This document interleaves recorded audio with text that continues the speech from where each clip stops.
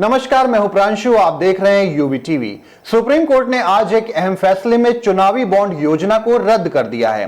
Supreme court ने electoral bond scheme की वैधता को चुनौती देने वाली याचिकाओं पर गुरुवार को अपना फैसला सुनाया।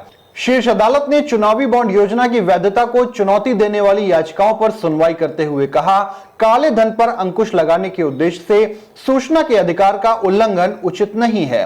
चुनावी बॉन्ड योजना सूचना के अधिकार और अभिव्यक्ति की आजादी का उल्लंघन है। राजनीतिक दलों के द्वारा फंडिंग की जानकारी उजागर न करने के उद्देश्य के विपरीत है। इसके साथ अदालत ने निर्देश जारी कर कहा, स्टेट बैंक ऑफ इंडिया चुनावी बॉन्ड के माध्यम से अब तक किए गए योगदान के सभी विवरण 31 मार्च तक चुनावी आयोग को दे दे। साथ ही कोर्ट ने चुनाव आयोग को निर्देश दिया कि वो 13 अप्रैल तक अपनी वेबसाइट पर जानकारी साझा करे।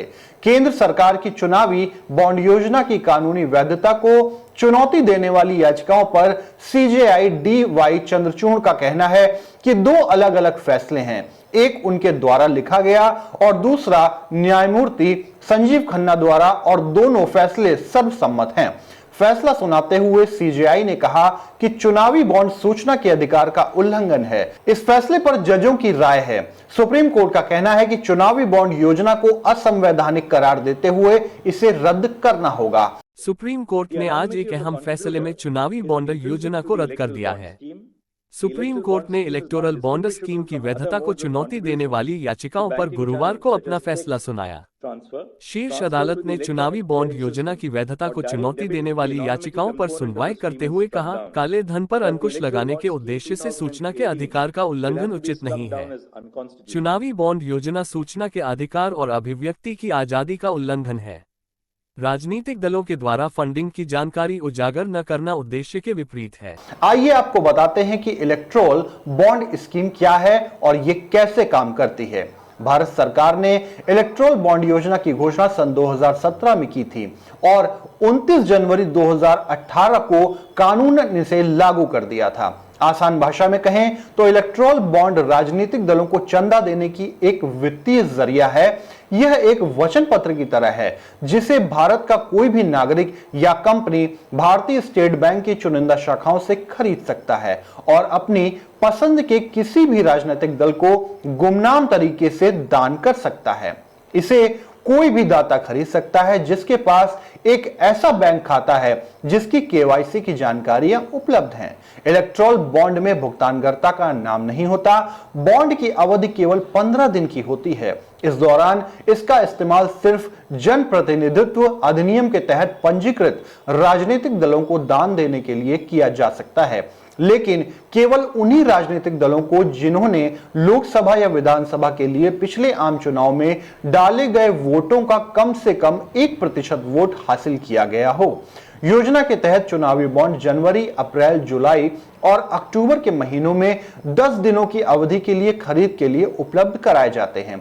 इन्हें लोकसभा चुनाव के वर्ष में केंद्र सरकार द्वारा अधिसूचित 30 दिनों की अतिरिक्त अवधि के दौरान भी जारी किया जा सकता है। ये बॉन्ड 1000 रुपए के मल्टीपल में पेश किए जाते हैं, जैसे कि 1000, 10,000, 1 लाख और 1 करोड़ की रेंज में ये हो सकते हैं।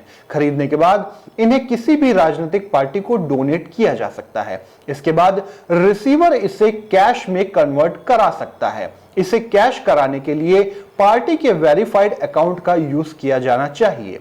इलेक्टोरल बॉन्ड भी सिर्फ 15 दिनों के लिए वैलिड रहते हैं, लेकिन इस इलेक्टोरल बॉन्ड को लेकर सरकार हमेशा से निशाने पर थी।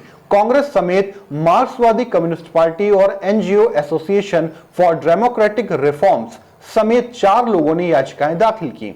याचिकाकर्ता का कहना था कि इलेक्टोरल बॉन्ड के जरिए गुपचुप फंडिंग में पारदर्शिता को प्रभावित करती है। यह सूचना के अधिकार का भी उल्लंघन है। उनका कहना था कि इसमें शुल्क कंपनियों की तरफ से दान देने की भी अनुमति दी गई है। इलेक्टोरल बॉन्ड पर सुनवाई पिछले साल 31 अक्टूबर को शुरू हुई थी। सुनवाई के लिए चीफ जस्टिस डी.वाई. चंद्रचूड़ की बेंच में justice Sanjiv Khanna, justice B R. Gavai, justice J P. Pardiwala और जस्टिस मनोज मिश्रा शामिल हैं। कुल मिलाकर चुनावी बॉन्ड योजना पर सुप्रीम कोर्ट ने सरकार को बहुत बड़ा झटका दिया है, जिसका प्रमुख विपक्षी पार्टियों ने स्वागत भी किया है। स्टेट बैंक से मांगी गई आरटीआई से यह पता चला कि वित्तीय वर्ष 2017-18 से 2021-22 तक 92 करोड़ विभिन्न राजनीतिक पार्टियों को इन बॉन्ड से चंदे में मिले, लेकिन अकेले बीजेपी को 5200 करोड़ प्राप्त हुए हैं, जबकि दूसरे नंबर पर कांग्रेस को मात्र 950 करोड़ ही मिले।